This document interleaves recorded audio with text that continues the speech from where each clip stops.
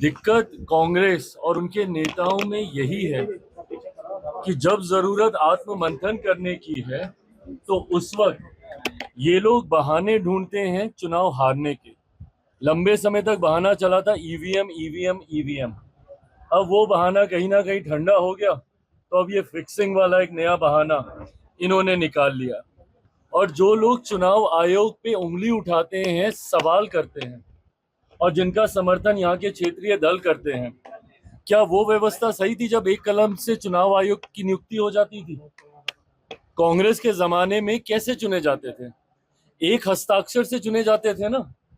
आज तो फिर भी ये व्यवस्था बना दी है कि जब तक विपक्ष के दल की सहमति, रजामंदी नहीं होगी, एक कमेटी का गठन कर दिया गया जिसमें एलओपी की भी भूमिका है, उसके बाद इनकी नियुक्ति होती है। तो एक ऐसी व्यवस्था पे इनका प्रश्न चिन्ह है जहां पे एक समिति के द्वारा इलेक्शन कमीशन को चुना जा रहा है।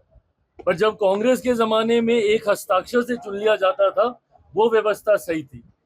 हकीकत है कि अगर इनको किसी एक व्यवस्था में नुक्स निकालने हैं, किसी एक संस्था में नुक्स निकालने हैं, तो वो कॉन्स्टिट्यूशन बॉडीज नहीं है, वो इनकी अपनी पार्टी है, कांग्रेस की पार्टी। उसमें इनको नुक्स निकालने की जरूरत है, जो निकालते भी हैं गाहे बगाहे अलग अलग राज्यों में जाके। कभी जयचंद ढूंढते हैं अपनी ही पार्टी में, तो कभी अपनी ही पार्टी का विरोध करके आ जाता है। और सही कर रहे हैं वो, क्योंकि आत्ममंथन इनको करने की जरूरत है।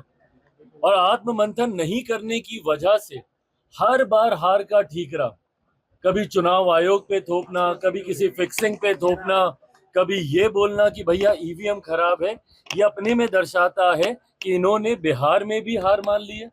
परिणामों के बाद किया हार का ठीकरा पहले से ही किस पे फोड़ा जाए, उसकी भूमिका राहुल जी और इनके तमाम गठबंधन के दल बना रहे हैं।